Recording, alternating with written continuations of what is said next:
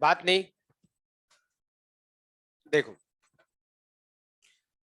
Last class में जो अपन discuss कर रहे थे, हेलो, अरे रुक जा भाई। लास्ट क्लास में जो डिस्कस कर रहे थे अपने पास क्या चल रहा था? रिफाइनिंग, इलेक्ट्रोलाइटिक, रिफाइनिंग, यही था ना? चलो, तो आपने रिफाइनिंग में कहा था फिजिकल प्रोसेस, और इसमें आपने पहला लिया था लिक्वेशन। ठीक है, लिक्वेशन किसका होगा? Based on MP. दूसरा कौन सा था? Distillation based on BP. और तीसरा John refining based on solubility. Right, ठीक है। इसके बाद सेकंड आपके पास है केमिकल प्रोसेस नंबर 2। यहां पर सेकंड आपके पास है केमिकल प्रोसेस। ठीक है, और इसमें आपके पास दो प्रोसेस है। पहला आपने यहाँ पे कहा जो प्रोसेस है उसका नाम क्या है? क्यूपलेशन। ठीक है, अगर अपन बात करें क्यूपलेशन, ये based on affinity with oxygen. क्या है? Based on affinity with oxygen, based on affinity, affinity with oxygen. ये ऑक्सीजन के साथ एफिनिटी पर बेस्ड है ना? यहाँ पर अगर अपन बात करें कॉन्सेप्ट क्या है कि impurity, impurity have high affinity, high affinity, affinity with O2, with O2 then pure metal. ठीक है, इम्प्योरिटी कॉन्सेप्ट है कि इम्प्योरिटी जो है वो O2 के साथ ज्यादा एफिनिटी रखेगी, किसके रेस्पेक्ट में? Pure metal. ये प्रोसेस किसके लिए यूज किया जाता है?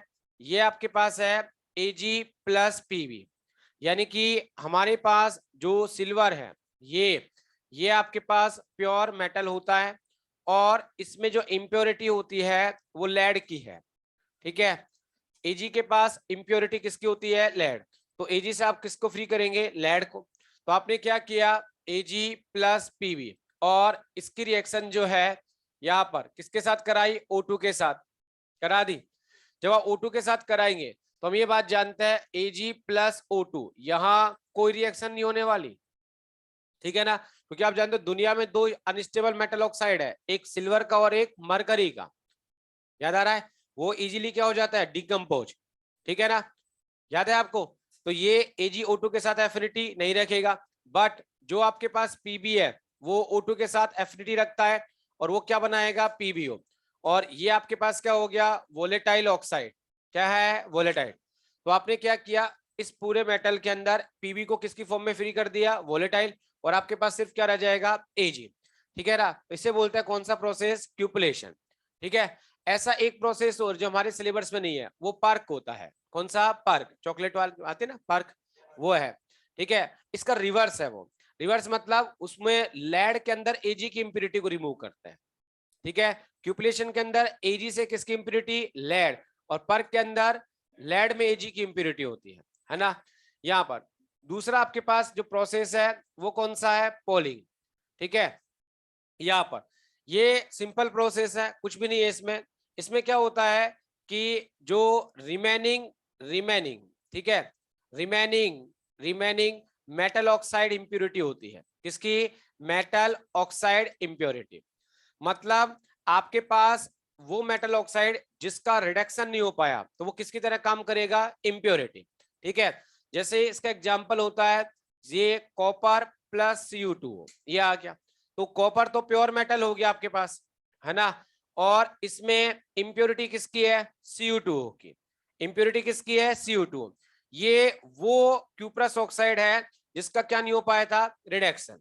ठीक है ना, तो अपन क्या करते हैं, इस सिंपल सा है, इसमें क्या करते हैं, इसको मेल्ट मोल्टन स्टेट में लेके, और जो अपने पास ग्रीन पोल होता है, ग्रीन पोल मतलब होता है बैम्बू, ठीक है ना, उससे क्या करते हैं? इसको सेक करते हैं। अब इसका टेम्परेचर बहुत हाई है ना, और ग्रीन पोल जो होता है उसका कंबशन होगा। अपन जानते हैं ग्रीन पोल जो होता है उसका कंबशन इजीली नहीं होता बैम्बू का। ठीक है ना, तो उसके कंबशन से क्या होती है? मीथेन गैस रिलीज हो जाएगी। ठीक है, या CO और H2 गैस रिलीज होती है, जो इस रिमेनिंग मेटल ऑक्साइड का क्या कर देगी? रिडक्शन। क्या कर देगी? रिडक्शन। तो सारा का सारा किसमें कन्वर्ट हो जाएगा? कॉपर में हो जाएगा। तो ये सिंपल सा है। वैसे अपन को ध्यान रखना है कॉन्सेप्ट कि वो सीधा ऑप्शन देगा आपको, ठीक है ना, in which of the following process impurity है high affinity with oxygen than pure metal. And your answer is cupellation. ठीक है, लिखना। इसको बताऊं, देखो क्या करते हैं, इस तरह से अपने ये वुडन बॉक्स होता है, यहां पर आपने क्या किया, मोल्टन कॉपर ले लिया मोल्टन स्टेट में। अब इस मोल्टन में आपके पास Cu प्लस क्या आ गया, Cu2, और आपने क्या किया, इसको ग्रीन पोल है, क्या है ये, ग्रीन पोल। ठीक है, और ग्रीन पोल का मतलब क्या हो गया आपके पास, बम्बू। ठीक है, हाँ जो भी है। ठीक है, तो आपने क्या किया, इसको सेक किया। अब ग्रीन पोल का कंबशन होगा क्योंकि वो मोल्टन स्टेट में है। ठीक है ना, इसका टेम्परेचर बहुत हाई है ना। तो इससे क्या, इसके कंबशन से आपके पास CO और H2 गैस जनरेट होगी वहीं पे। ठीक है, और वो क्या करेगी, इस रिमेनिंग मेटल ऑक्साइड का क्या कर देगी, रिडक्शन कर देगी यहाँ पर। तो सारा रिमेनिंग मेटल ऑक्साइड किस में आ जाएगा, मेटल में। ये होता है किसका, नहीं नहीं, ग्रीन पोल जलता नहीं जल्दी से, ग्रीन पोल है, बैम्बू जल्दी से नहीं जलता, ध्यान रखना। इसीलिए तो लिया, कोई सिंपल लकड़ी भी ले सकते थे भाई, सिंपल वुड से भी सेक कर सकते थे भाई, कोई ना कोई तो टेक्निक थी ना उसको यूज करने की। हाँ, इम्प्योरिटी बढ़ेगी नहीं,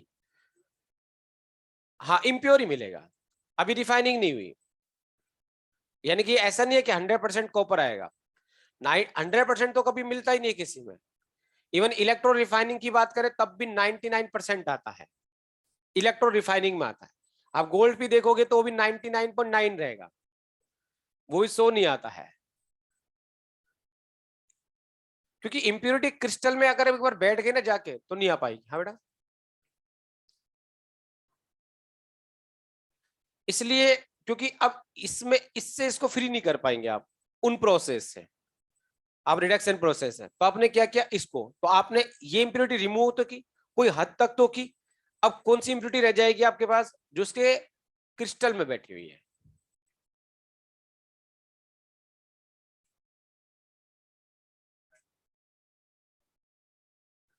नहीं निकलती है, क्योंकि कूलिंग पे फिर वो सेट हो जाएगी, क्योंकि वो जैसे वो खुद मोल्टन स्टेट में जाएगी तो उसके साथ मेल्ट होगी वो भी, फिर वो जैसे क्रिस्टलाइजेशन शुरू होगा तो फिर वापस सेट हो जाएगी।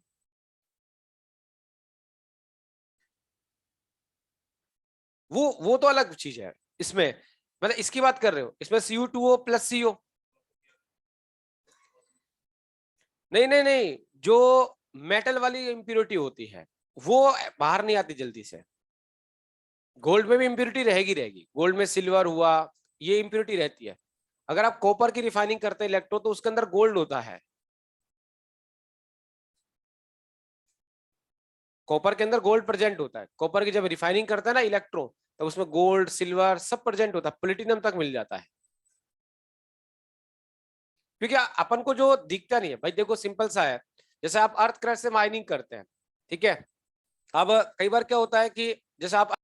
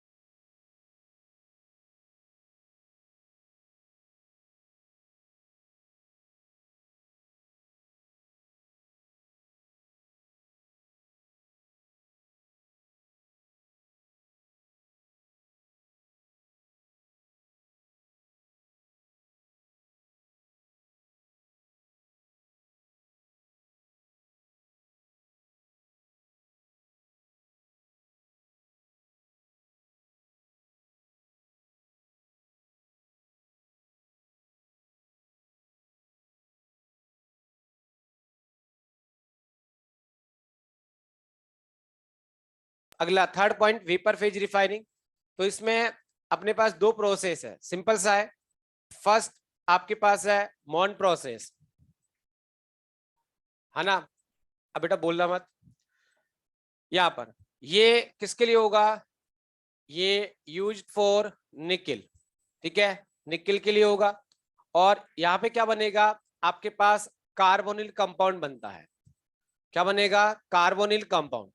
कार्बोनिल कंपाउंड मतलब जहां लिगेंड्स क्या होता है, CO, ठीक है, CO मतलब कार्बोनिल।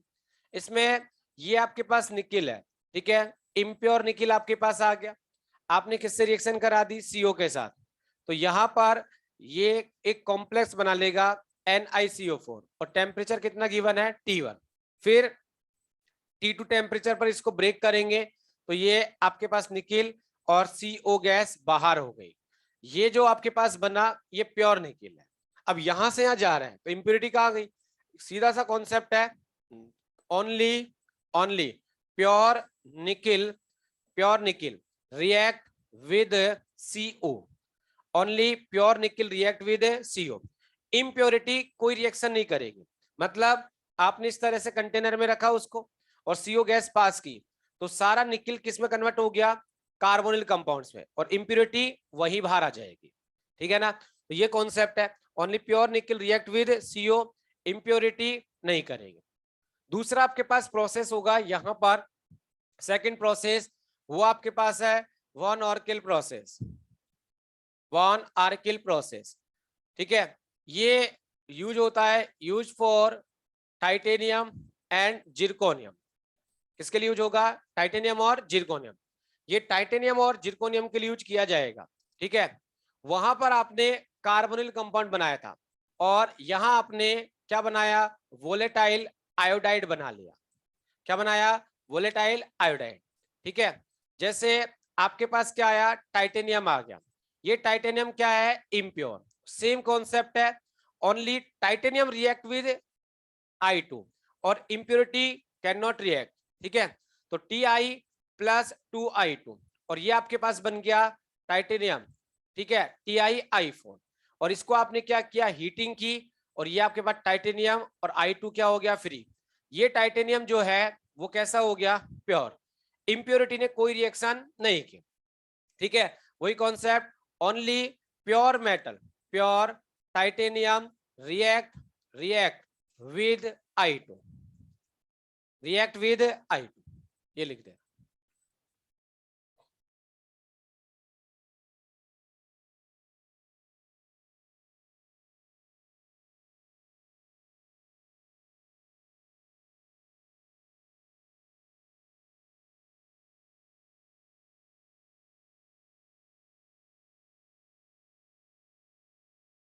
यहां पर मैं लिख देता हूं T1 T2 है और T1 से ज्यादा T2 होगा।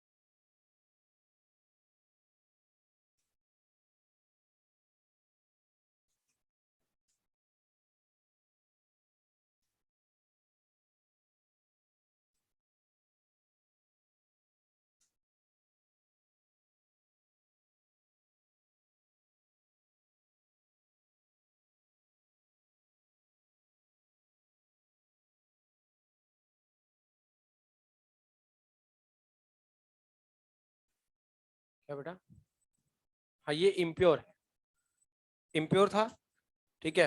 सारा प्योर टाइटेनियम आयोडाइड में कन्वर्ट हो गया, फिर आपने उसको हीट करके ब्रेक कर लिया। इम्प्योर ही तो बोलूंगा, only pure titanium react with I2, impurity तो वहीं रह जाएगी ना बेटा, वही सेम कॉन्सेप्ट है। क्योंकि ज्यादा कौन है, प्योर मेटल है,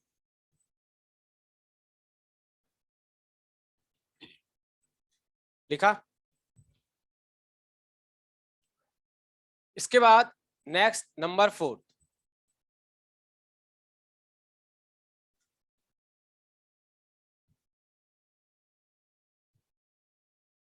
नेक्स्ट पॉइंट नंबर 4 वो आपके पास है इलेक्ट्रो रिफाइनिंग। ठीक है, सबसे ज्यादा प्योर मेटल इसी में मिलता है, सबसे ज्यादा किस में मिलेगा, इलेक्ट्रो में, 99। ठीक है, 100 का कोई चांस नहीं है। यहाँ पर इसका कॉन्सेप्ट क्या है, एक सेल बनाओगे तो एक तो आपके पास इम्प्योर मेटल आएगा और इस इम्प्योर मेटल का आप एनोड बनाएंगे। दूसरा आपके पास प्योर मेटल होगा और उस प्योर मेटल का आप क्या बनाएंगे, कैथोड। ठीक है, और एक आपके पास क्या चाहिए यहाँ पर, कैथोड एनोड के साथ इलेक्ट्रोलाइट्स। और इलेक्ट्रोलाइट्स क्या होगा, aqueous solution of metal salt, जो जिसका आप क्या करने वाले हैं, रिफाइनिंग, उसके मेटल सॉल्ट का इलेक्ट्रोलाइट्स। ये 3 चीजें आपको चाहिए। ठीक है, यहाँ पर एनोड जो है वो लार्ज साइज का होगा, थिक होगा, और कैथोड कैसा होगा, थिन, एक क्या होगा, वायर की फॉर्म में होगा, है ना। इसको अपन एक्सप्लेन करते हैं एक एग्जांपल से। ठीक है ना, इलेक्ट्रो रिफाइनिंग ऑफ कॉपर हमारे सिलेबस में ये है, इलेक्ट्रो रिफाइनिंग ऑफ कॉपर। ठीक है, कॉपर की इलेक्ट्रो रिफाइनिंग को डिस्कस करें। यहां पर अपन क्या कर रहे हैं, एक सेल बना लेते हैं। ये हमने एक सेल बना लिया। जब हमने सेल बनाया, ये हमारे पास एनोड हो गया। ठीक है, और ये हमारे पास क्या हो गया, कैथोड। ठीक है, ये जो एनोड है ये किसका बनाया गया, इम्प्योर इम्प्योर कॉपर, और ये एनोड है।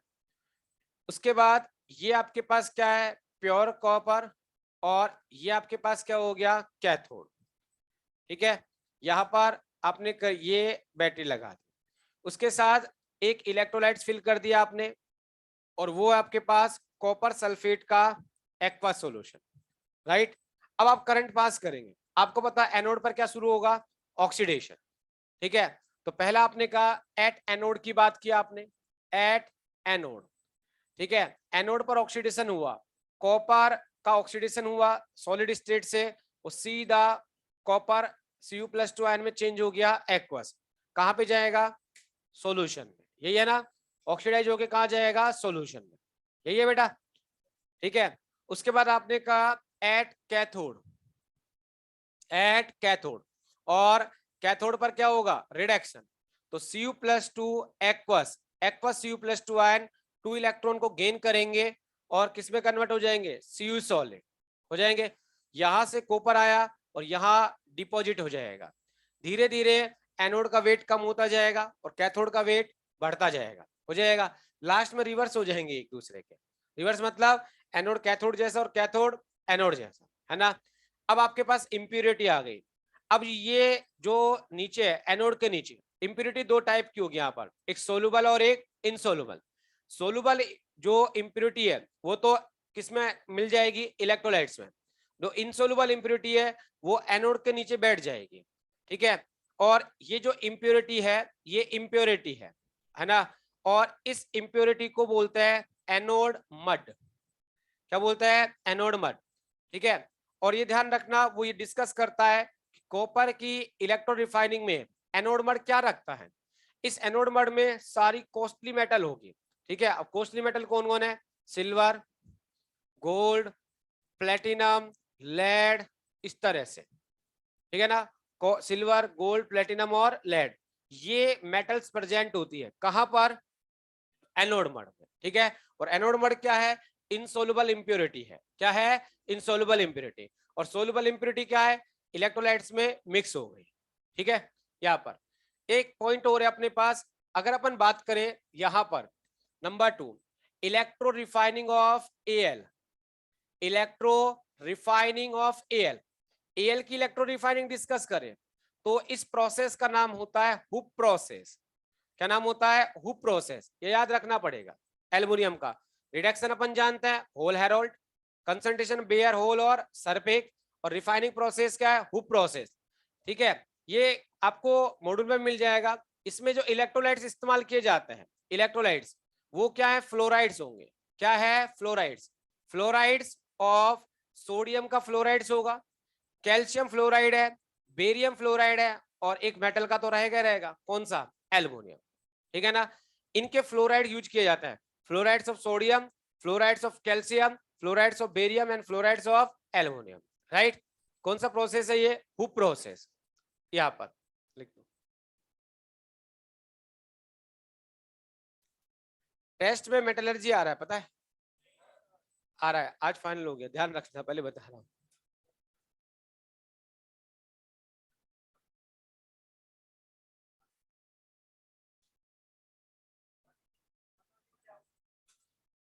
हाँ बता देता हूँ, देखो आंसर भी बता देता हूँ सारे, है ना?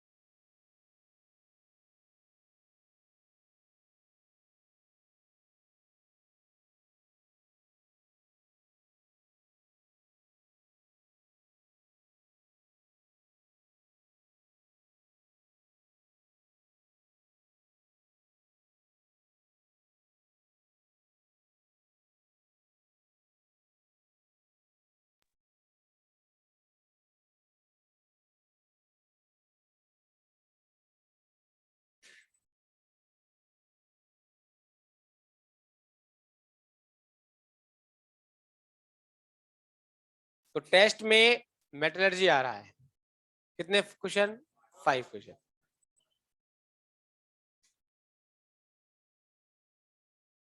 चले?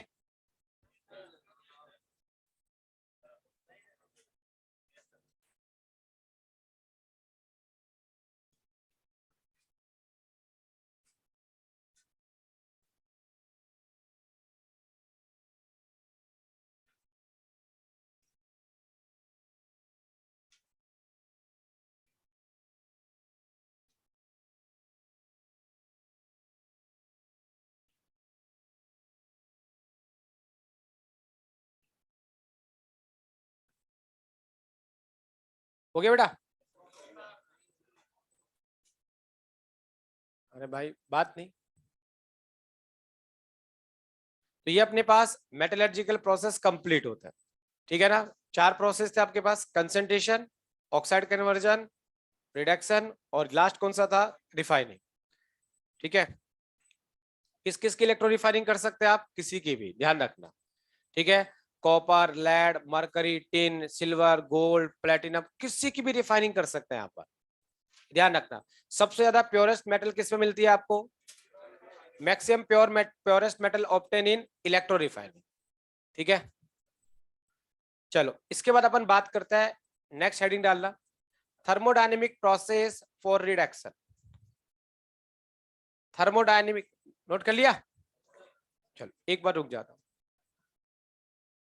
क्या बेटा? 1 आवर किल में नहीं मिलता है प्योर, तो जहां रिफाइनिंग है वहां पे प्योरिटी आती रहती है। मतलब एक क्राइटेरिया की बात कर रहे हैं, सबसे ज्यादा प्योरिटी कहाँ आएगी? हाँ रिएक्ट कर रहा है, लेकिन कुछ क्रिस्टल में रहेगी रहेगी उनके साथ। हेडिंग डालना, थर्मोडायनेमिक प्रोसेस, मैंने हेडिंग डाला, एलिंगम डायग्राम की बात हो रही है अब। थर्मोडायनेमिक प्रोसेस फॉर किसके लिए? Reduction. Thermodynamic process for reduction. ठीक है? ब्रैकेट में लिखना एलिंगम डायग्राम। मैं स्पेलिंग बोल रहा हूं, इसमें 2 वर्ड साइलेंट ज्यादा है, ELLINGHAM, एलिंगम डायग्राम। ठीक है? डायग्राम मतलब ग्राफ, एलिंगम डायग्राम बोल दो, उसको क्या बोलेंगे? ग्राफ। लिख लिया? अब बोलना मत। देखो ये अगर अपन बात करें यहां पर, ठीक है, ये थर्मोडायनेमिकली प्रोसेस होता है पूरा, एलिंगम डायग्राम। हेडिंग डाल दिया आपने बेटा? यहां पर अब ये क्या है, पहला पॉइंट लिखना, first point number 1 Ellingham diagram में फर्स्ट पॉइंट लिखना, a graph between delta G, graph between delta G. अब डेल्टा जी ये तो क्या है, चेंज इन गिब्स एनर्जी है, ठीक है, गिब्स फ्री एनर्जी, वो किसी के लिए भी यूज हो सकता है, ठीक है। तो किसके लिए चेंज देखा आपने, तो ब्रैकेट में लिख देना, ब्रैकेट में formation of oxide,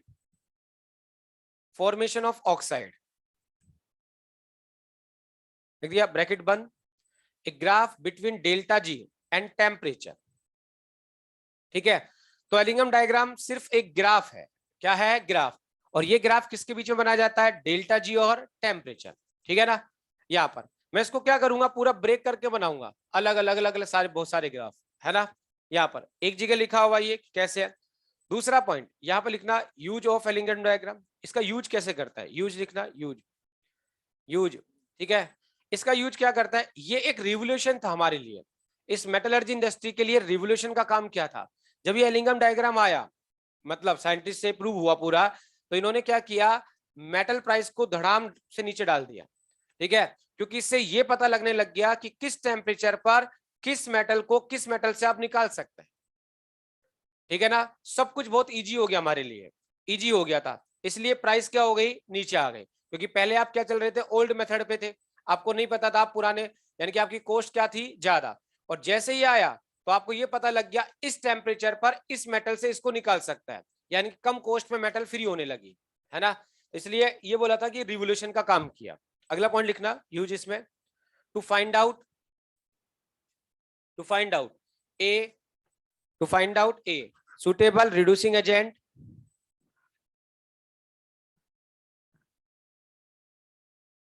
suitable reducing agent for reduction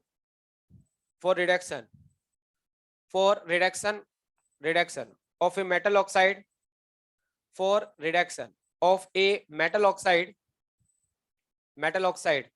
at given temperature,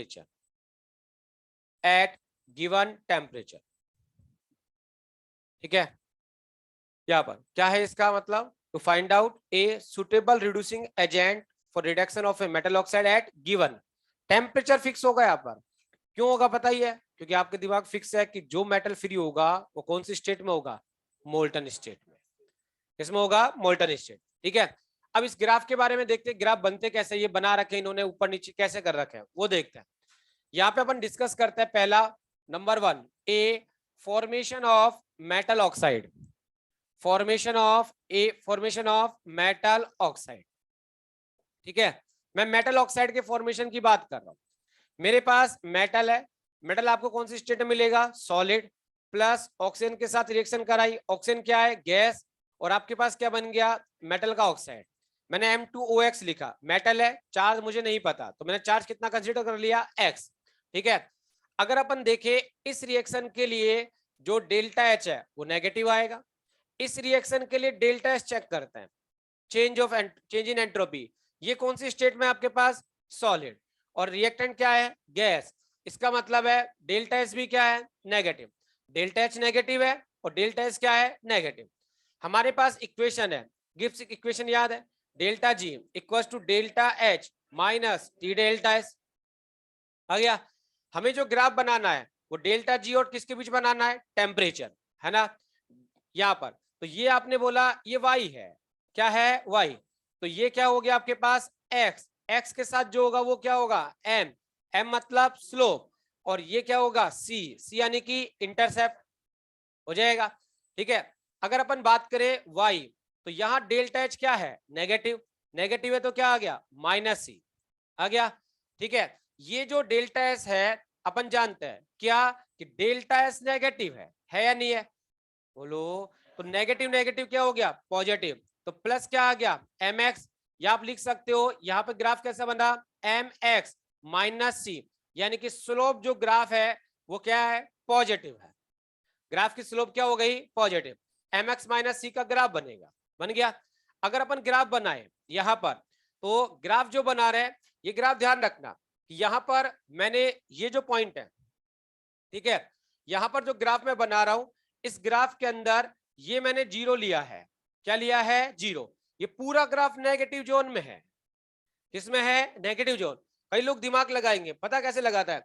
यहां 0 आता, ठीक है, तो ग्राफ कैसे शुरू होता है? नीचे से होता, बिल्कुल होता ही है। मॉडर्न फिजिक्स में स्टार्ट करते हैं अपन, ये वाला याद आ रहा है। लेकिन वो ग्राफ यहां मैंने 0 ले रखा है, इसका मतलब है ये डेल्टा जी है, और डेल्टा जी ये और ये ऊपर क्या है? लेस नेगेटिव है, और नीचे आ रहे हैं मोर नेगेटिव, ठीक है ना। लेस नेगेटिव के बाद 0, 0 के बाद पॉजिटिव। और आप ये बात अच्छी तरह से दिमाग में आपके रहती है कि delta G always consider in negative sign, क्योंकि जहां डेल्टा जी पॉजिटिव आ गया वह गेम ओवर हो जाएगा, रिएक्शन ही नहीं होगी, है ना। अब अपन ग्राफ बनाते हैं। जब अपन ने ग्राफ बनाया तो स्लोप कैसे जाएगी? ये वाला आ गया। तो ध्यान रखना, ग्राफ नेगेटिव जोन में बैठा है। किसमें बैठा है? नेगेटिव। ऊपर 0 है तो नीचे क्या है? नेगेटिव। हो गया। अब इस ये टेम्परेचर है। अब आपको इस ग्राफ से क्या शिक्षा मिली है वो भी देखना है, ठीक है। ये ग्राफ ये बता रहा है कि अगर आपने टेम्परेचर बढ़ाया, क्या बढ़ाया? टेम्परेचर, तो आपका डेल्टा जी जो है, डेल्टा जी वो डिक्रीज हो रहा है। क्या हो रहा है? डिक्रीज। डिक्रीज जो हो रहा है वो किस में हो रहा है? नेगेटिव साइन में हो रहा है कि नहीं हो रहा? इसका मतलब है कि एक पर्टिकुलर टेम्परेचर के बाद ये 0 को टच करेगा, करेगा, तो वहां पर रिएक्शन रिवर्स हो जाएगी। वहां फॉर्मेशन की जगह डिकम्पोजिशन होगा। क्या होगा? डिकम्पोजिशन। समझ में आ रही बात? तो टेम्परेचर बढ़ाने पर delta G become less negative, है ना। इसका मतलब है कि धीरे धीरे stability of oxide, metal oxide, वो क्या हो रही है? कम हो रही है, ठीक है। लो टेम्परेचर पर हाई थर्मल स्टेबिलिटी आएगी, और हाई टेम्परेचर पर लो थर्मल स्टेबिलिटी रह जाएगी, ठीक है। और एक ऐसा टेम्परेचर पर भी आएगा जब ये 0 को टच करेगा, और करते के साथ ही रिएक्शन रिवर्स। समझ में आ गई बात? आगे चलता है। फिर ये ग्राफ जो है आपने देखा होगा, ग्राफ को ये है, ये डेल्टा जी, ये मेरे पास 0, और ये मेरे पास टेम्परेचर है ना। कई जगह ग्राफ को ऐसे बनाएंगे, वो ये इस तरह से डिसाइड करते हैं, देखा आपने। यानी कि ग्राफ में सडन चेंज आ रहा है, आ रहा है ना। यहां सडन चेंज आया, और एक इस पॉइंट में सडन चेंज आ गया, मतलब स्लोप में चेंज आएगा। किसमें? स्लोप। अब स्लोप जो है वो डिसाइड कौन करता है? Delta S. Delta S directly depend on physical state. Entropy जो है वो सीधा सीधा किस पे डिपेंडेंट होता है? फिजिकल स्टेट, ठीक है। तो ये जो पहला पॉइंट होता है, ये मेल्टिंग पॉइंट डिसाइड कर देता है। क्या डिसाइड करता है? मेल्टिंग। कि अब आप जो है सॉलिड से कैस में एंट्री कर चुके हैं? लिक्विड में, ठीक है ना। दूसरा जो पॉइंट है ये बीपी को बताएगा कि अब आप लिक्विड से कहां जा चुके हैं? गैस में। इसलिए आपकी स्लोप में सडन चेंज आ रहा है। क्या आ रहा है? चेंज। समझ में आ गई बात? ठीक है। उसके बाद फिर अपन ग्राफ बनाते हैं। यहां पर ये तो ग्राफ ए हो गया, ठीक है। ग्राफ समझ में आ गया कैसे बनता है ये? हेलो, ये ग्राफ हमेशा ऊपर ही जाएगा, ठीक है। वो आपको कई बार कंफ्यूज करेगा कि बोलेगा इनकरेक्ट रिप्रेजेंटेशन कौन सा है? ये इनकरेक्ट है, ये इनकरेक्ट है। सोचो कैसे? स्लोप क्या हो गई? नेगेटिव। इसका समझ रहे हो? इसका मतलब है मोर टेम्परेचर मोर स्टेबिलिटी है। कॉमन सेंस भी यूज कर सकते हैं। मोर टेम्परेचर मोर स्टेबिलिटी, यानी कि आप टेम्परेचर बढ़ाओगे नीचे पहुंच जाओगे। इसका मतलब है कि उसका फॉर्मेशन बढ़ेगा, घटेगा नहीं। समझ में आ गई? अब देखो एक और ग्राफ बनाते हैं यहां पर, थर्ड नंबर पर। यहां पर आपने क्या किया? सी पॉइंट पे ग्राफ बनाया, ठीक है। और ये डेल्टा जी, ये आपने लिख दिया 0, और ये आपका टेम्परेचर चल रहा है एक्स पर, है ना। एक ग्राफ बना ए का, और एक ग्राफ यहां पर थोड़ा सा बढ़िया बना देते हैं, ठीक है। और ये ग्राफ बी का है। यहां पर मैंने लिखा ए का ऑक्साइड, है ना। और ये जो है किसका ऑक्साइड है? बी का ऑक्साइड है, B2O5। हो गया। अलग अलग बहुत सारे ग्राफ बन सकते हैं। ए का MG, आपके देखोगे सिलेबस में MgAl सब बना रखे उन्होंने, है ना। अब यहाँ पर देखो, ये ए के ऑक्साइड का ग्राफ है। इसने क्या किया? लो टेम्परेचर पर अपने आप को सडनली क्या कर लिया? चेंज, मतलब मेल्टिंग पॉइंट आ चुका है। क्या चुका है? Melting point. अगर आपसे पूछे यहाँ पर, ये इस पॉइंट की बात कर रहा हूं, ये जंक्शन पॉइंट पे चलते हैं, चले। अब जंक्शन पॉइंट पे आप जब जाओगे तो आपने कहा कि ये टेम्परेचर कितना है? टी ले ले। कितना ले लिया आपने? टी, ठीक है। तो आपने कंडीशन रखी at T temp, at T temperature, किस पर, at T, delta G of A2OX, ठीक है, और डेल्टा जी ऑफ B2OY दोनों क्या है, बराबर। इस टेम्परेचर पर दोनों की स्टेबिलिटी क्या है, इक्वल है। अभी क्या है, इक्वल है ना, बोल तो दो। लेकिन अगर अपन बात करें एट बिलो टी, यहां पर किसकी बात करें, एट बिलो टी, इस पे चले गए आप, तो इससे नीचे आ रहे हैं, इसका मतलब है ए नीचे है, बी ऊपर है, बोलो। इसका मतलब ए नीचे है और बी क्या है, ऊपर, तो ए का डेल्टा जी ज्यादा नेगेटिव है और बी का डेल्टा जी कम नेगेटिव है, ठीक है। तो आप क्या बोलोगे, डेल्टा जी A2OX ये more negative, delta G of B2OY, हाँ या ना, हो गया। अब आप ये कहोगे, इसका मतलब यहां पर आया कि इस से नीचे, इस टेम्परेचर से नीचे आप देखोगे तो ए के ऑक्साइड बनाने की टेंडेंसी ज्यादा है, ये बोल सकते हैं आप। ए के ऑक्साइड बनाने की टेंडेंसी, या ए है, A have high tendency to form oxide than B, है नहीं है, ठीक है। अब आपने कहा कि इसका मतलब जो ग्राफ में नीचे होता है गिवन टेम्परेचर पर, वो अपने से अपर वाले को क्या कर सकता है, रिड्यूस, ठीक है। आप ये मान लीजिए ये वैल्यू -x है और ये वैल्यू कितनी है, -y, एज्यूम कर सकते हैं, हेलो, ये -x और ये -y, तो आपने कहा कि B2OY रिड्यूस बाई A, और ये रिएक्शन हो जाती है, कौन सी वाली, ये। अब आपने कहा कि ये हो गई, यानी कि बी के ऑक्साइड का रिडक्शन आपने कर दिया, किसके द्वारा, ए के द्वारा, ठीक है। अब कहोगे प्रूफ करो कि ये फिजिबल है या नहीं, तो आपने कहा देख सकते हैं, डेल्टा जी क्या, प्रोडक्ट माइनस डेल्टा जी क्या आ गया, reactant, delta G product minus delta G reactant. Product आपके पास कौन है, A2OX, और रिएक्टेंट कौन है, B2OY।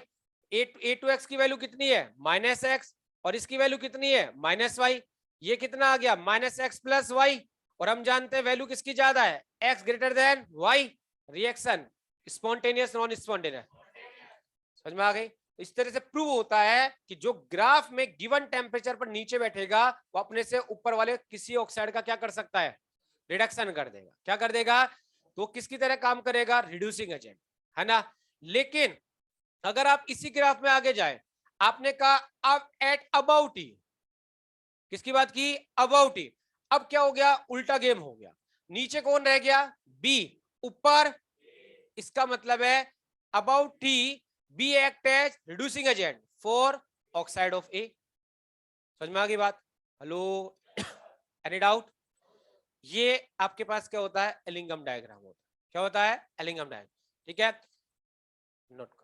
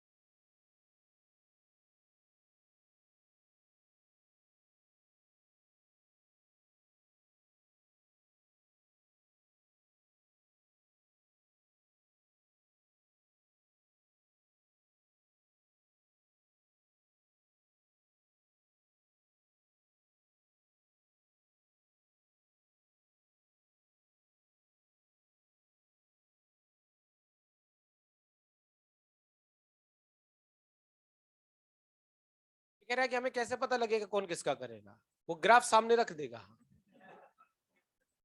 ठीक है, तब अपने को देखना है कि जिस टेम्परेचर वो डिस्कस कर रहा है उस टेम्परेचर को वहां से पॉइंट आउट करना है कि वो नीचे है या ऊपर है। जो नीचे है वो अपने से ऊपर वाले को रिड्यूस कर देगा। यही तो सीखा हमने।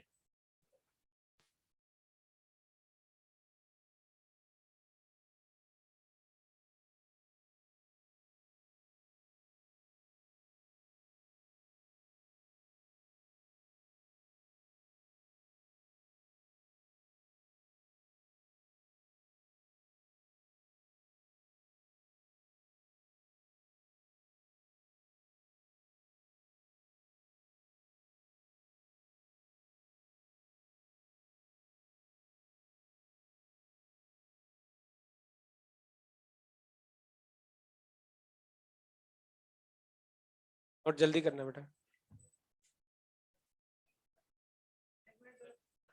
हाँ रुक जाना तो मैं एक, हाँ बेटा, नहीं ये ग्राफ अपर की तरफ भगेगा तेजी से। हाँ वो डिपेंड, पता क्या होगा, एंट्रोपी में जो चेंज होगा वो अपन डिसाइड नहीं कर सकते क्योंकि वो वैल्यू बेस होगा। अपन जो ग्राफ बना रहे हैं वो सिर्फ एक क्या बना रहा है, सोच के बना रहा है, हमारे पास डाटा नहीं है उस चीज का। जब अपन ग्राफ बनाते हैं तो हमारे पास एक पर्टिकुलर एक वैल्यू बन जाती है कि वाई एक्सिस पर ये डेल्टा जी है और टेम्परेचर एक्स पर ये चल रहा है, तो डेल्टा जी की वैल्यू भी आती रहेगी, तो उससे वो ग्राफ में मूवमेंट आता है। अपन सिर्फ क्या कर रहे हैं, ये बता रहे हैं, एक्सप्लेन कर रहे हैं कि ये क्या हो रहा है। हाँ, अपन इक्वेशन बना रहे हैं, वो किससे ग्राफ बनाता है, डेटा बेस। हाँ, अब डेटा अपन इतने सारे याद नहीं रख सकते, पर डेटा तो सिर्फ किसके लिए है कि भाई ये तो हाँ उन्होंने बना के रख दिया, वो समझा कोई रहे थे ऐसे।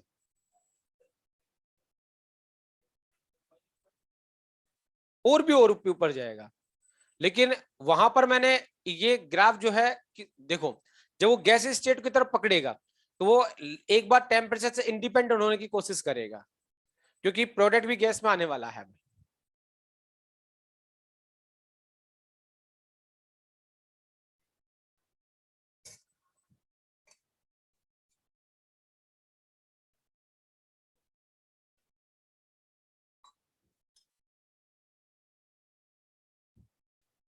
क्या चाहिए तुझे?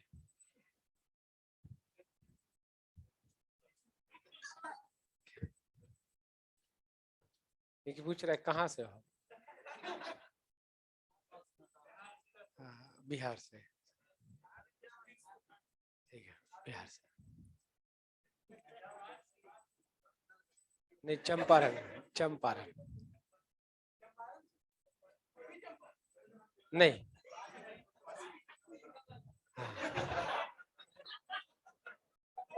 कौन था ये अब?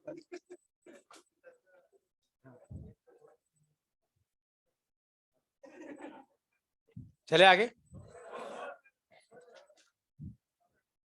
ये इधर वाले ग्राफ बना लेना, ये वाला इक्वेशन। एक मिनट, बात नहीं, बता दू ये नहीं, बात नहीं। बिलो टी पर एक्स ये ज्यादा है, इसका मैग्नेट मतलब वैल्यू ज्यादा है, और बी का कम है, तो इसका मतलब जिसकी वैल्यू ज्यादा है उसके ऑक्साइड के फॉर्मेशन की टेंडेंसी ज्यादा हुई, तो आप लोअर वाला अपर वाले मेटल ऑक्साइड को क्या कर लेगा, रिड्यूस कर जाएगा। यानी कि अब सिंपल सा है, ए और बी दोनों बैठे, डाटा ने ये बोला कि इसके ऑक्साइड बनाने की टेंडेंसी तुमसे ज्यादा है, इसका मतलब है ये आपके ऑक्साइड को क्या करेगा, रिड्यूस करेगा और खुद का ऑक्साइड बनाएगा। या अगर मैं ये बोलता कि आपके ऑक्साइड बनाने की टेंडेंसी इससे ज्यादा है तो आप इसके ऑक्साइड को रिड्यूस कर जाएंगे क्योंकि आपके ऑक्साइड बनाने की टेंडेंसी ज्यादा है। ठीक है,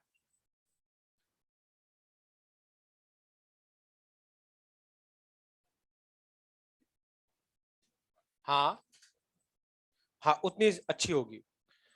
एक और लिख ही देता हूं, सी, बात नहीं, एट अबाउट ई, ठीक है, डेल्टा जी ऑफ A2OX से ज्यादा वैल्यू किसकी है, डेल्टा जी ऑफ B2OY।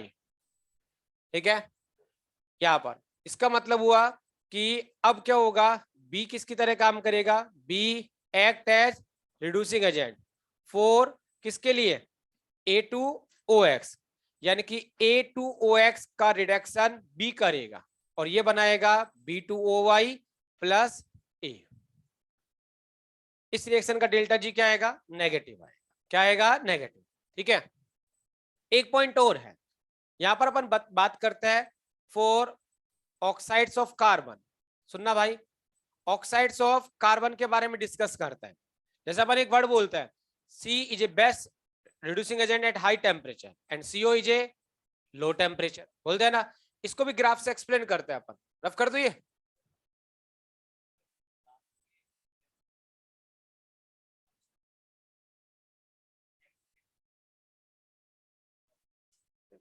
ये तीन बिंदी है ऐसे, because because X greater than Y है। ठीक है, देखो बेटा, अगर मैं यहां पर ऑक्साइड्स ऑफ कार्बन के लिए ग्राफ बनाऊं, ठीक है, डेल्टा जी, ठीक है, और ये टेम्परेचर वही है, ये 0 आ रहा है। यहां पर एक ग्राफ इस तरह से आएगा, ये ग्राफ है, बात नहीं बेटा, C+O2 और ये CO2, ये गैस और ये गैस और ये क्या आ गया? सॉलिड। ठीक है, या प्रोडक्ट और गैस, प्रोडक्ट और रिएक्टेंट दोनों में गैस का कितना मोल है? 1, डेल्टा एस 0, डेल्टा एस 0 मतलब T delta S 0, delta G equal to H, यानी कि Y इक्वल टू -C, ये ग्राफ आ जाएगा। ठीक है ना, इंडिपेंडेंट है किससे? टेम्परेचर। ठीक है, ये आपने कहा ए के बारे में। फिर एक ग्राफ इस तरह से नीचे आएगा, इसमें यहां पर ये ग्राफ है C solid plus half O2 gas और ये कन्वर्ट हो गया CO गैस में, C solid plus half O2 gas और किस में चला गया? CO gas. इस रिएक्शन के लिए जो डेल्टा एस है वो पॉजिटिव आ गया। क्या आ गया? पॉजिटिव आ गया। अब डेल्टा एस पॉजिटिव तो डेल्टा जी बराबर delta H minus T delta S, तो वो नेगेटिव रह गया। तो y इक्वल टू क्या आया? -C minus mx। ग्राफ का आ गया नीचे, है ना। और एक ग्राफ इस तरह से आएगा यहां पर, और ये ग्राफ है CO के लिए, CO gas half O2 gas plus यहां पर ये क्या बन गया? CO2 gas. और इस रिएक्शन के लिए जो डेल्टा एस है वो आपके पास क्या है? नेगेटिव है। क्या है? नेगेटिव। नेगेटिव नेगेटिव पॉजिटिव आ गया। अब इस ग्राफ को देखो, ये ए, ये बी और ये सी, है ना। ए से तो कोई लेना देना है नहीं, टेम्परेचर से क्या है? इंडिपेंडेंट है। लेकिन अब यहां पर बी के बारे में बात करता है, फॉर बी, बी की बात करें, बी ग्राफ किसके लिए है आपको पता है? यहां पर CO गैस कन्वर्ट इनटू किसके अंदर? CO2 गैस, यही है। ये क्या बता रहा है? अगर आपने टेम्परेचर बढ़ाया, क्या बढ़ाया? टेम्परेचर, तो आप ये बोलोगे कि CO से CO2 की टेंडेंसी कम हो जाएगी, हाँ या ना? ठीक है, इसलिए रिजल्ट ये आया कि CO act as a best reducing agent, एक बहुत अच्छा रिड्यूसिंग एजेंट होगा ये, किस पे? एट लो टेम्परेचर, हाँ या ना? ठीक है, क्योंकि जितना ही टेम्परेचर आप करोगे इसका खुद का फॉर्मेशन रुक जाएगा। हो गया। फिर आपने कहा कि 4 किसके लिए बात करें? सी के लिए बात करें। ठीक है, नेक्स्ट फिर आपने कहा 4 सी के रेस्पेक्ट में बात करें। सी ने क्या बताया कि सी ये कन्वर्ट हो रहा है किसमें? CO गैस, हाँ या ना? अगर आप टेम्परेचर को राइज करेंगे टेम्परेचर, तो सी से CO का फॉर्मेशन बढ़ेगा, क्योंकि ग्राफ नीचे उतर रहा है। इसलिए मैंने आपको कहा कार्बन किसी का भी रिडक्शन कर सकता है, किसी का भी, किसी को भी उड़ा सकता है। आप सोचो एक बार, कितना हाई टेम्परेचर पर उसका डेल्टा जी और नेगेटिव पहुंच जाएगा, जितना हाई टेम्परेचर उतना ज्यादा नेगेटिव। हो गया। तो आप क्या बोलोगे यहां पर कि कार्बन, यानी carbon, carbon act as a best reducing agent at किस पर? High temperature. ये हाई टेम्परेचर पर बहुत अच्छा रिड्यूसिंग एजेंट होता है, ठीक है ना। और CO किस पर होता है? Low temperature. ये भी किसने एक्सप्लेन किया? एलिंगम। अब क्या करते हैं कि हर किसी को मर्ज कर सकते हैं आप। कार्बन का ग्राफ ले लिया और किसका ले लिया? मेटल का, कि ये मेटल इसमें मोल्टन स्टेट में मिलेगा और किस टेम्परेचर पर फर्नेस को चालू करना है। समझ में आ रही है बात? ठीक है ना। तो गिवन टेम्परेचर पर कौन किस टेम्परेचर पर किससे इजीली रिड्यूस हो सकता है, वो सब कुछ ये डिसाइड कर देता है। ये वाली बात और लिख दो।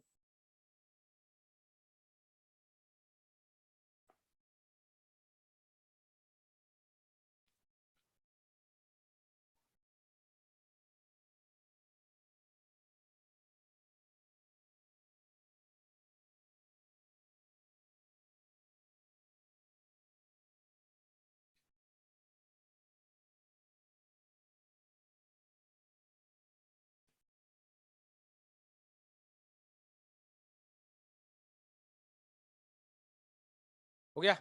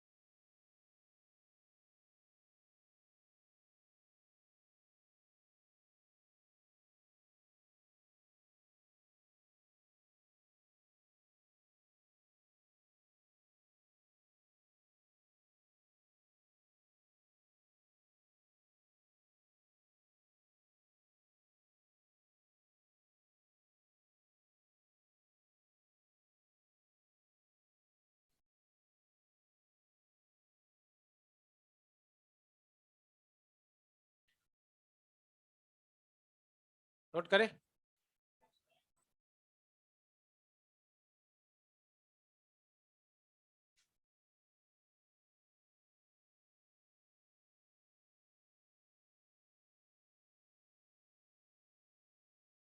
क्या कर रहा है?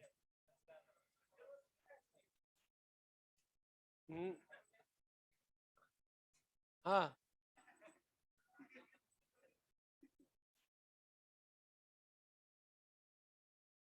इस ये कार्बन मोनोऑक्साइड गैस है ना?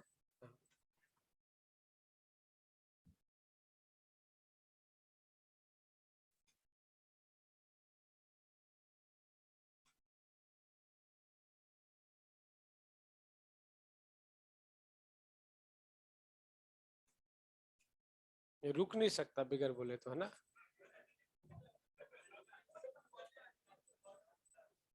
बड़े वाले चाचा है। तेरी चाची है वो? है? अब वो तू जानता है, मेरे को नहीं पता।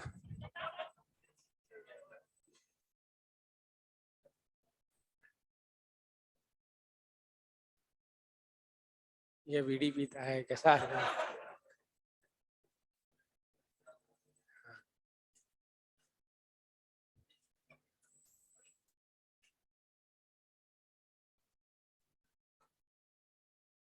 क्या बोल रहा है?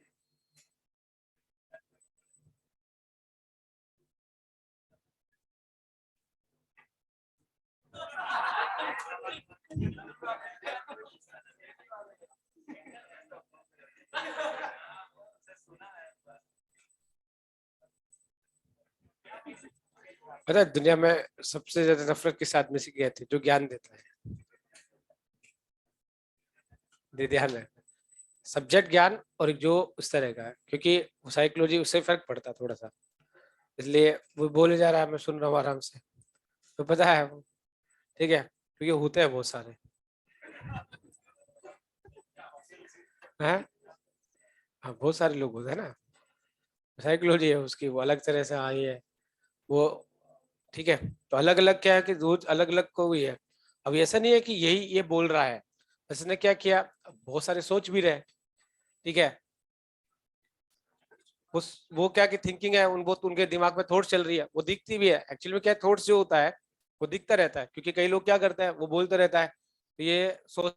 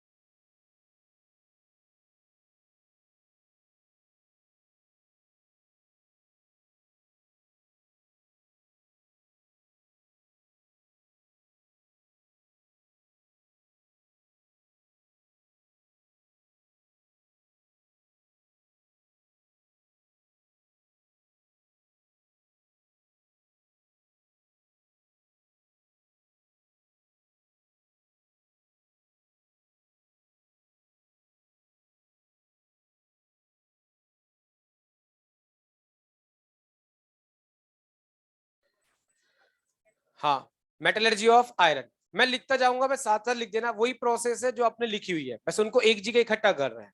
ठीक है, यहाँ पर मेटलर्जी ऑफ आयरन, बात नहीं बेटा। अब देखो, सबसे स्टार्टिंग पॉइंट आपके पास मेटल जो आयरन है उसके और Fe2O3, Fe3O4 और एक होता है Fe2O3.3H2। हेमेटाइट, मैग्नेटाइट और लिमोनाइट, ये तीन मैन और है। आपने क्या किया, कंसंट्रेशन, कौन सा प्रोसेस यूज करता है, ग्रेविटी सेपरेशन। ठीक है, ग्रेविटी सेपरेशन। तो ये आपके पास क्या आ गया, कंसंट्रेटेड हो गया। क्या हो गया, कंसंट्रेटेड हो। अब इस कंसंट्रेटेड ओर को आगे आप पास कराते हैं यहां पर, तो आप यहां पर क्या यूज करता है, पीछे बात नहीं बेटा, कैल्सिनेशन। ठीक है, प्लस आपके पास क्या आ गया, रोस्टिंग। आपने रोस्टिंग के बारे में लिखा था, क्यों करता है, याद है ना, FeO को Fe2O3 में कन्वर्ट करने के लिए, अदरवाइज वो क्या बना जाएगा, स्लैग। अब आपके पास क्या आ गया, Fe2O3 आ गया, और ये जो Fe2O3 बना, इसको आप किससे पास कराता है, स्मेल्टिंग। ठीक है, स्मेल्टिंग। स्मेल्टिंग ये जो होती है किसमें होती है आपको पता है, इन ब्लास्ट फर्नेस। ठीक है, ब्लास्ट फर्नेस में हो रही है।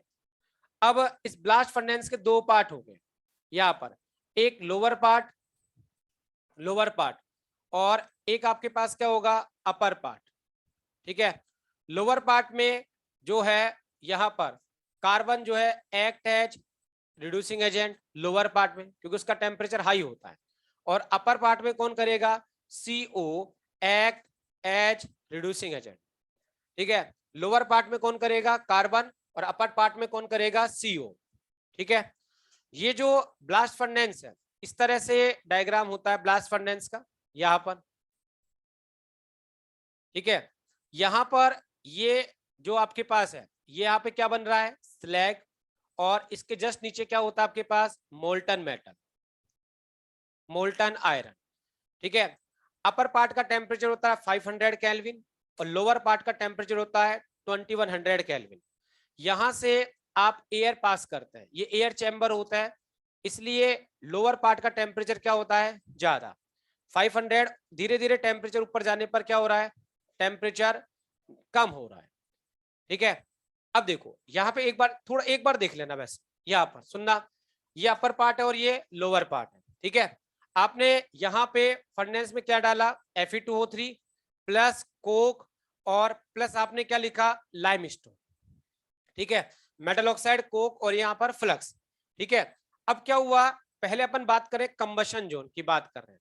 ठीक है, अब आपके पास कोक था, कोक जैसे ही, कोक मतलब कार्बन, इसका ऑक्सीडेशन हुआ, CO2 गैस बनी, और ये रिएक्शन एक्सोथर्मिक होती है ना। नीचे वाले पार्ट में एयर पास की, तो यहाँ पे कार्बन जल रहा है, कार्बन जल रहा है, इसलिए इस पार्ट का टेम्परेचर क्या है, बहुत हाई है, बहुत ज्यादा है नीचे वाले पार्ट का। ठीक है, उसके बाद नंबर 2 पॉइंट, यहां से CO2 गैस बनी, बनते के साथ ही वो क्या आ जाएगी, ऊपर जाएगी, ऊपर उसको क्या मिल रहा है, कोक मिल रहा है, कार्बन, तो ये क्या बना लेगी, CO गैस, क्या बना लेगी, CO गैस। ठीक है, तीसरा पॉइंट, आपने लाइमस्टोन ऐड किया था यहाँ पर। ठीक है, ये ब्रेक हो जाएगा, और ये ब्रेक होगा किसमें, CaO प्लस CO2, और ये रिएक्शन कैसी है, एंडोथर्मिक, और यहां CaO किसकी तरह काम करेगा, फ्लक्स, किसकी तरह काम करेगा, फ्लक्स। ये CaO इंप्योरिटी के साथ मिक्स होगा, ये आपके पास क्या है, इंप्योरिटी, और इंप्योरिटी के साथ मिक्स होके क्या बनाएगा, स्लैग। स्लैग क्या हो जाएगा, CaSiO3, कैल्शियम सिलिकेट बन गया। फिर आपके पास क्या होगा, रिडक्शन। तो रिडक्शन दो पार्ट में होगा, लोअर पार्ट में कार्बन करेगा, और अपर पार्ट में CO करेगा, है ना। अब यहां पर जो स्मेल्टिंग से आपको क्या मिलेगा, आयरन जो मिलेगा, इस आयरन का नाम होता है पिग आयरन। यहां से जो आयरन सीधा मिलता है स्मेल्टिंग के बाद, इस आयरन को क्या बोलता है, पिग आयरन। इस आयरन के पास सबसे ज्यादा इंप्योरिटी होती है, और कार्बन की इंप्योरिटी होती है 4 से लेकर 5% तक। ठीक है ना, परसेंटेज कार्बन कितना होता है, 4 से 5, यानी कि इम्प्योर होता है ना। फिर इस पिग आयरन को आप चेंज करते हैं कास्ट आयरन में, किसमें, कास्ट आयरन, और फिर इस कास्ट आयरन को चेंज करते हैं आप रोट आयरन में, किसमें चेंज करते हैं, रोट आयरन। कास्ट आयरन, और कास्ट आयरन के बाद सीधा किसमें ले आएंगे, रोट आयरन, है ना। यहाँ पर ये जो रोट आयरन है, यहाँ सबसे कम कार्बन की इंप्योरिटी होती है 0.1 से लेकर 0.15, ठीक है, 0.1 से लेकर 0.15, जबकि वह परसेंटेज कितनी है 4 से 5, ठीक है। वो सवाल पूछता है कि स्मेल्टिंग से कौन सा आयरन मिलेगा, तो आप बोलोगे पिग। पिग किस में जाएगा, कास्ट। कास्ट किस में जाएगा, रोट आयरन, ठीक है, यहाँ पर। तो क्लियर है बेटा। इस तरह से क्या होगा, तो कंबशन जोन हो गया, स्लैग फॉर्मेशन, और एक क्या बन जाएगा, रिडक्शन जोन। रिडक्शन कितने पार्ट में होगा, 2, अपर और लोअर। अपर में कौन करेगा, सीओ, लोअर में कौन करेगा, कार्बन, क्योंकि लोअर का टेम्परेचर ज्यादा, अपर का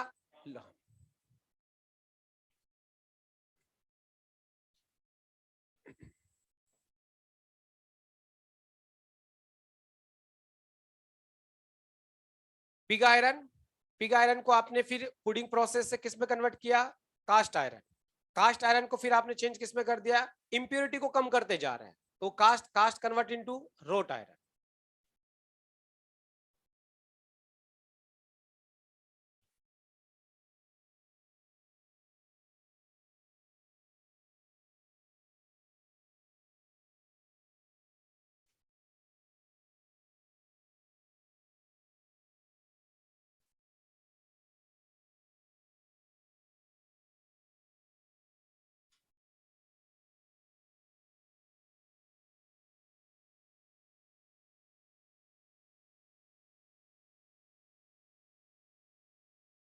हो गया। एक और छोटा सा लास्ट टॉपिक रह रहा है इसमें, वो भी चार्ट ही है सिंपल सा, मेटलर्जी ऑफ कॉपर।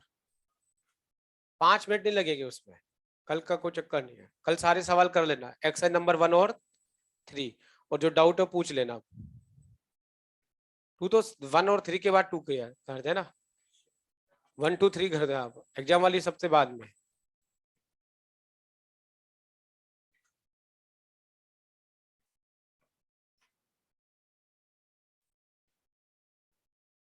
क्या बेटा, बिल्कुल आऊंगा, हाइड्रोजन पढ़ा दूंगा। हाइड्रोजन छोटा सा है वो चैप्टर है, उसमें कुछ भी नहीं है, मेन टॉपिक एक ही है, hard water and soft water, और तो सारी चीजें वही रिएक्शन घूम के आ जाएगी। नहीं वो नहीं आ रहा, ओनली मेटलर्जी, एक दिन में। उसमें उतना नहीं है ना, क्योंकि आप सारी चीजें पढ़ चुके, वही होता है, मतलब H2 गैस फॉर्मेशन है, तो सब वही रिएक्शन आ जाएगी, S block metal plus water, ठीक है, या एम्फोटेरिक मेटल प्लस NaOH, वही रिएक्शन घूम के आ जाएगी।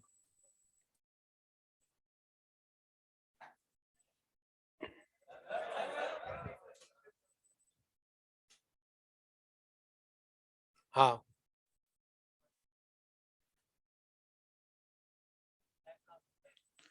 जस्ट ये रहा।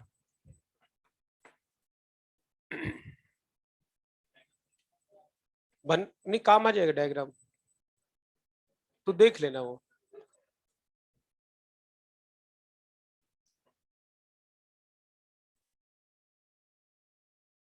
बना ले, कहाँ से वैसे। हाँ, ऐसा क्यों सर मारा है सर, सिंपल सा क्वेश्चन था यार, बता दे। राजस्थान से, राजस्थान में कहाँ से तो, गंगानगर, नहीं वो मत बता, गंगानगर में कहाँ से अभी बता, प्रॉपर सिटी का है या आसपास एरिया का है, सिटी का फिर ठीक है।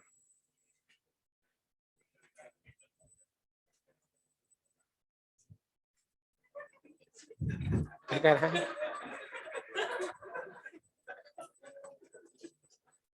ये पूरा बता रहा है कि ऐसे में एक्सप्लेन कर रहा है कि वो क्या है, पंजाब बॉर्डर के पास, ठीक है।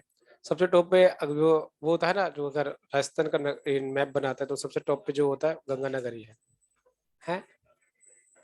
हाँ तो मैं कुछ समझा रहा था।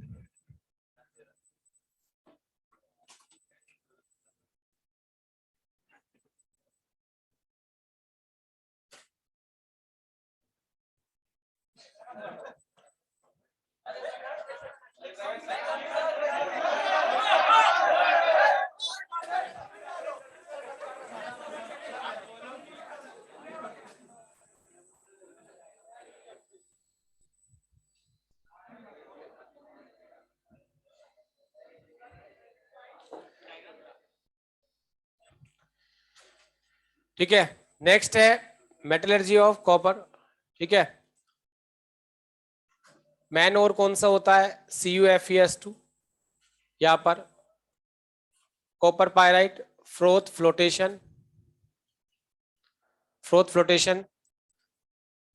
आपके पास क्या आ गया, कंसंट्रेटेड और, ये कंसंट्रेटेड और। फिर इसके बाद यहाँ पे आपने की पार्शियल रोस्टिंग। ठीक है, पार्शियल रोस्टिंग से आपको पता है क्या मिलता है, Cu2S FeS plus Cu2O plus FeO। ये आपके पास रोस्टिंग के बाद हो रहा है। अगला पॉइंट जो है इसको आप पास करते हैं स्मेल्टिंग से। ये पॉइंट अच्छा है, यहाँ पर स्मेल्टिंग करते हैं, कंफ्यूजन होता है फर्स्ट टाइम देखते हैं कि स्मेल्टिंग, जबकि कॉपर का तो कौन सा होने वाला है, सेल्फ रिडक्शन। ठीक है, या स्मेल्टिंग में अगर अपन बात करें स्मेल्टिंग, तो स्मेल्टिंग का यहाँ पर स्मेल्टिंग ऑलवेज ब्लास्ट फर्नेस में होती है, ध्यान रखना। ठीक है, यहाँ पर पहला पॉइंट, नो रिडक्शन, कोई रिडक्शन नहीं होता। ठीक है, यहाँ पर coke act as only fuel, सिर्फ और सिर्फ वो किसकी तरह काम करता है, फ्यूल, टेम्परेचर को मेंटेन करने के लिए। यहाँ क्यों करता है, to reduce amount of FeO, FeO की अमाउंट को डिक्रीज करने के लिए करता है स्मेल्टिंग। ठीक है, एक्चुअल में क्या होता है, Cu2S मतलब Cu2O plus FeS, Cu2O plus FeS। ठीक है, और ये Cu2O plus FeX, Cu2O plus FeS, ये मिलके क्या बनाएंगे, FeO प्लस क्या बन जाएगा, Cu2S। यहां पर FeO किसके साथ मिलेगा, SiO2। SiO2 क्या होता है, फ्लक्स, और क्या बना लेगा, स्लैग, फेरस सिलिकेट। ठीक है, तो यहां पर आपके पास स्मेल्टिंग के बाद क्या आएगा, Cu2S और FeS का मिक्सचर, जिसे आप जानते हैं क्या बोलता है, कॉपर मैट। क्या बोलते हैं, कॉपर मैट। और फिर आप इसको कहां से लेके जाओगे, सेल्फ रिडक्शन। किससे, सेल्फ रिडक्शन। सेल्फ रिडक्शन से आपको कौन सा कॉपर मिलेगा, ब्लिस्टर कॉपर। ठीक है, और ये ब्लिस्टर कॉपर आपके पास होगा, और ब्लिस्टर कॉपर की आप क्या करोगे, इलेक्ट्रो रिफाइनिंग, और ये आपके पास आएगा प्योर कॉपर।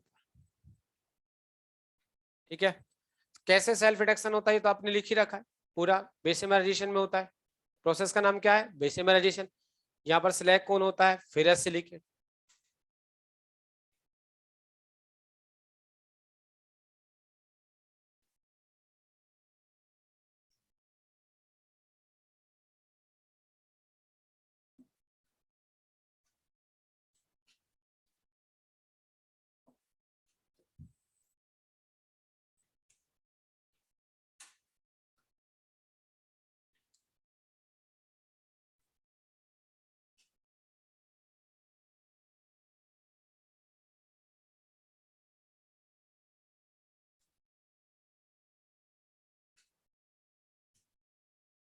ठीक है,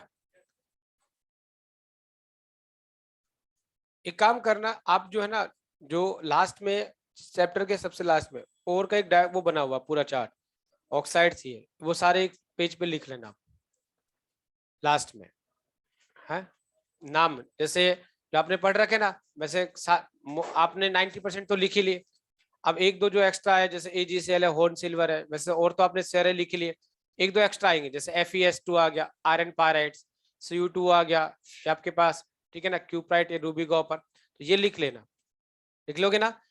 इसके लास्ट पेज पे क्या लिखना, जो आपके पास सारे और लिखे हुए हैं उनको लिख लेना एक जगह, लिख लोगे क्या, हेलो। तो आज की बात यहीं पे खत्म करते हैं। ठीक है।